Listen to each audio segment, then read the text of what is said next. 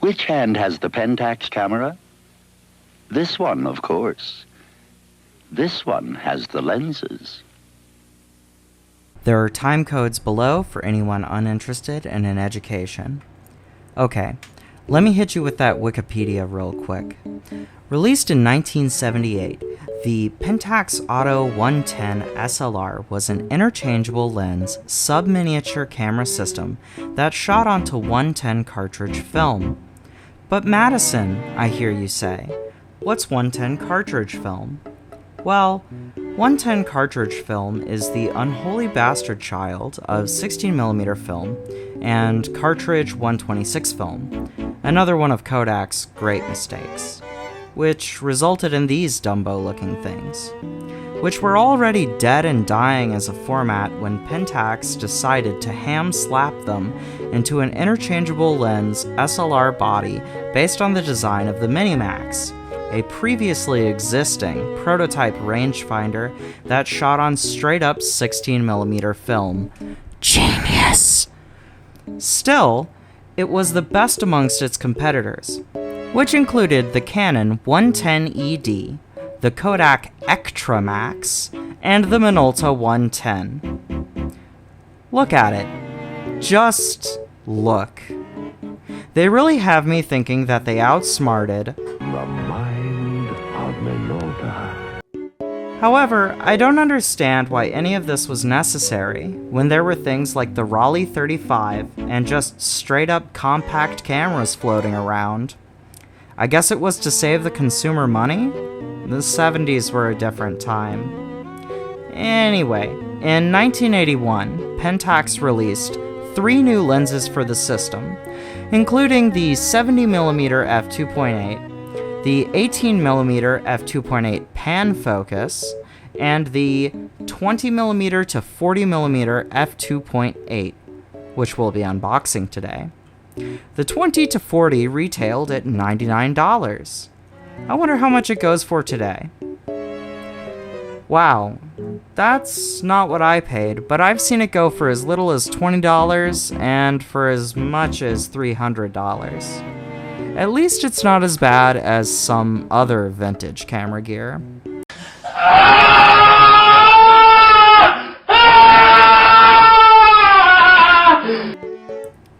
Honestly, having handled Pentax 110 gear in the past, I can say that it's worth it at most price points, but I wouldn't be caught dropping more than $100 on any one piece of kit. Unboxing up next. We'll return after these messages. In Japan, land of cameras, one company has consistently made some of the biggest innovations and some of the smallest. Pentax.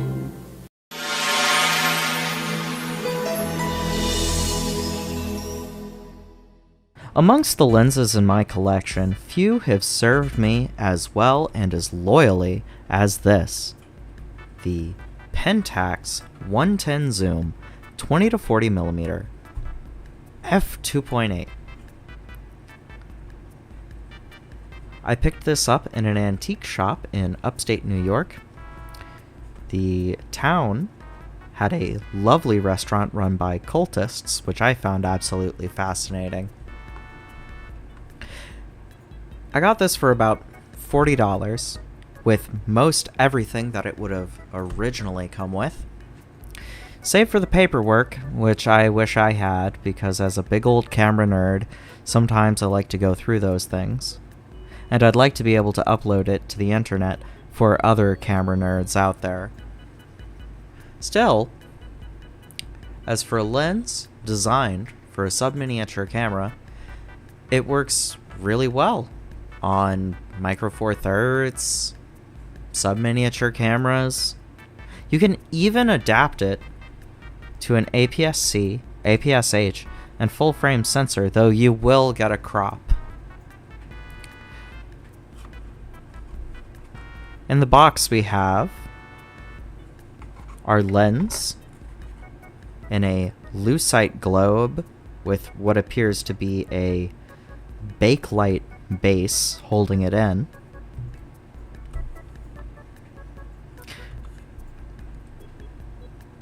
real quick, can I just say how cool it is that lenses used to come like this? I wish that this was still a practice in the industry. You could put the lenses on display on your shelf if you wanted. You had a safe place to keep them, and you knew they wouldn't get damaged inside their little shell. Very cool, honestly. Bring it back. Lucite globes did nothing wrong. Oh. We have a donut. Don't need that. Get out of here. Our rear cap. I do not have the protective front glass or the front lens cap. I cannot tell if it was originally meant to come with these things, but most of the listings I see online have them included with the lens. The bakelite base of the globe actually acts as a rear cap for the lens, which is very cool. The lens itself is in pretty decent condition, all things considered. I mean, some of these you find on eBay are really, really munged up. Just absolutely beat to hell. It's such a tiny little lens. Such a good boy. Tiny little lens.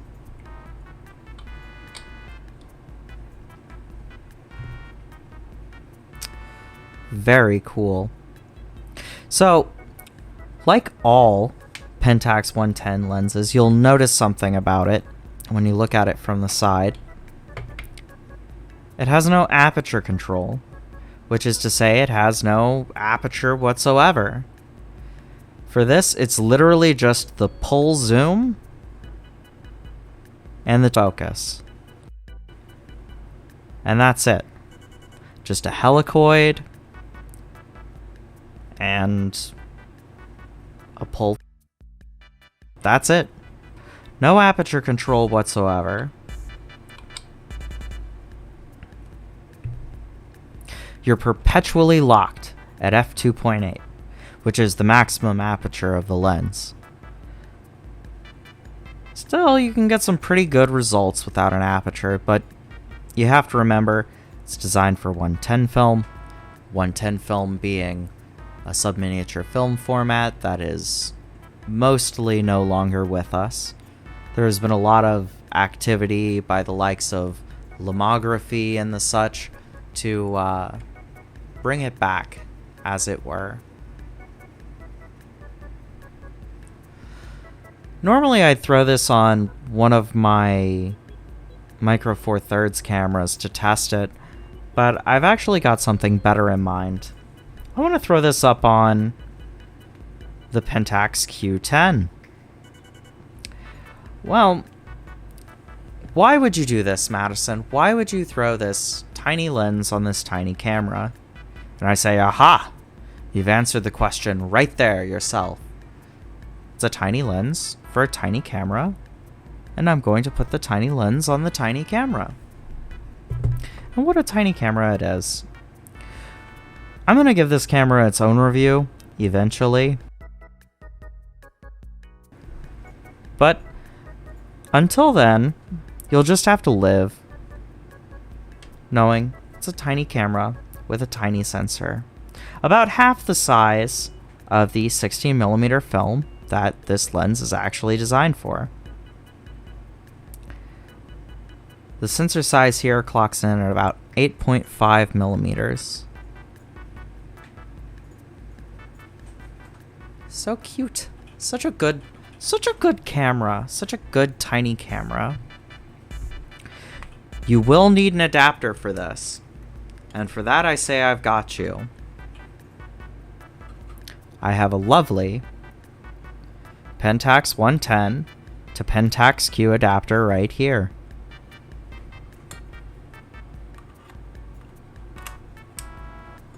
Very nice.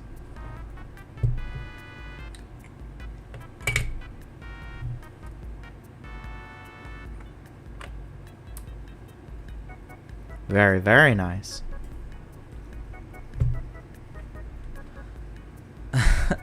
The lens looks absolutely massive on this tiny camera.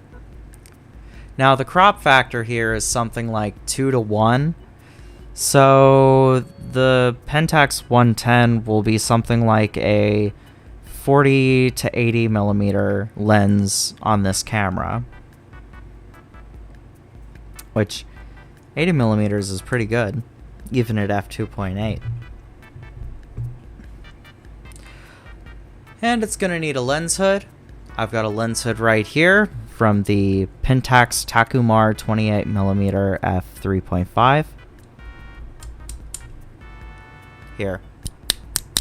A nice steel lens hood.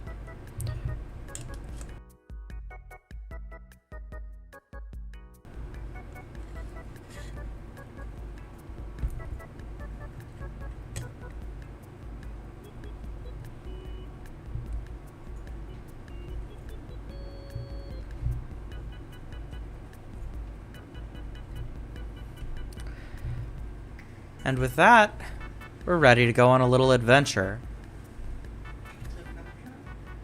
Adventure! My wife says adventure. Let's take her to Dumbo. Papa.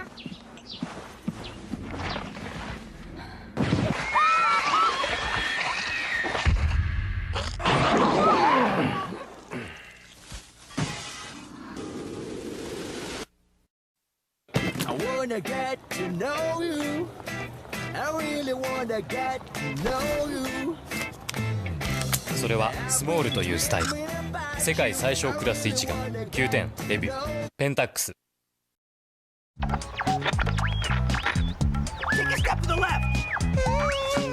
No, right. My right. Okay, so the results are in, and I couldn't be more pleased with them. The blues just seem bluer, the reds redder. Honestly, each image came out beautifully. Worth noting is the blurriness around the edges. It's kind of hard to avoid, even when in focus. You don't have an aperture, so there's going to be a little bit of fuzziness. Not really much you can do about it. Still, with good image composure, you can get pleasant results.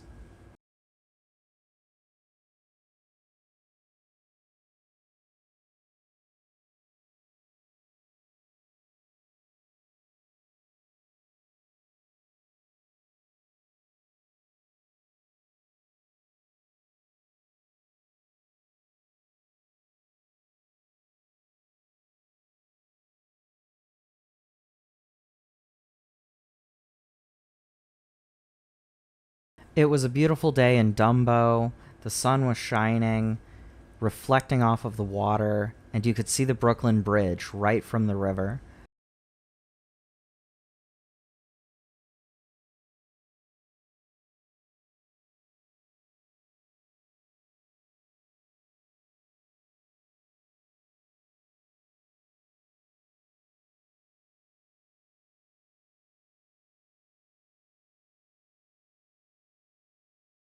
The colors in these images came out beautifully, especially this grass here. It's so green, almost neon or yellow. It's so beautiful.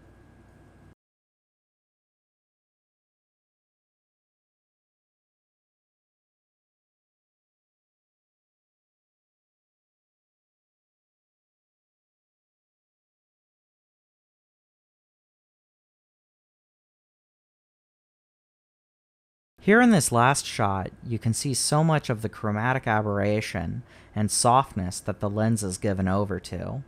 The peak of the crest of the wave looks almost purple, cartoonishly so. Personally, I like it. I think it's very aesthetic. Much a looker.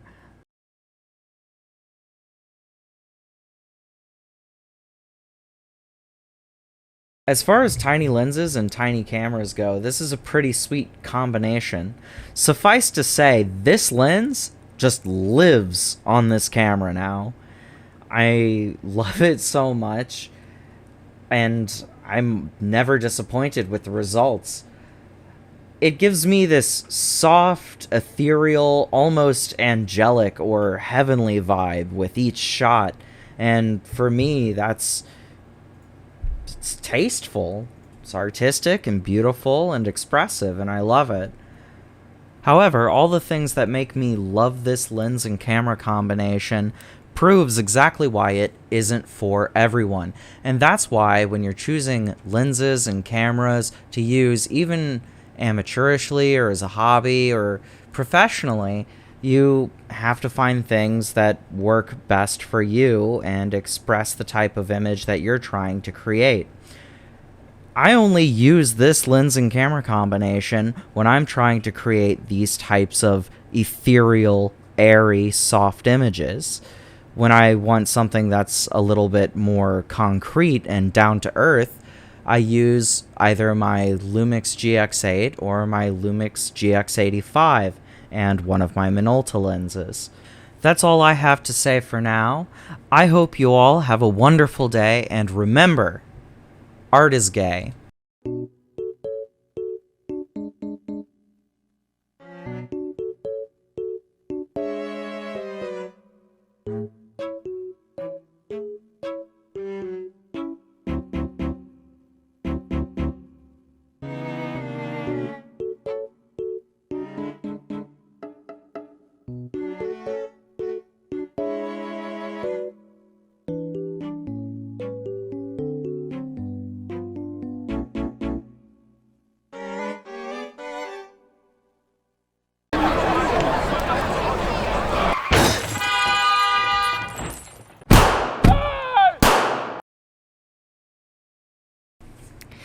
Nya nya nya. I'm here to talk about cameras.